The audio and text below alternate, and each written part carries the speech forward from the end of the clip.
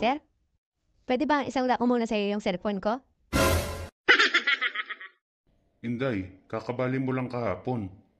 Magsasanla ka na agad ngayon? Kailangan ko kasi, sir. Ipapadala ko lang sa probinsya. Ganun ba? Magkano mo naman isasanla?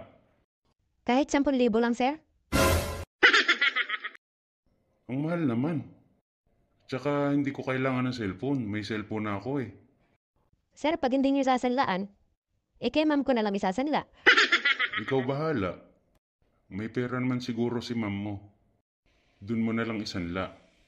Kaso, sir, andin yung video natin sa motel. Ano ka ba naman, Inday?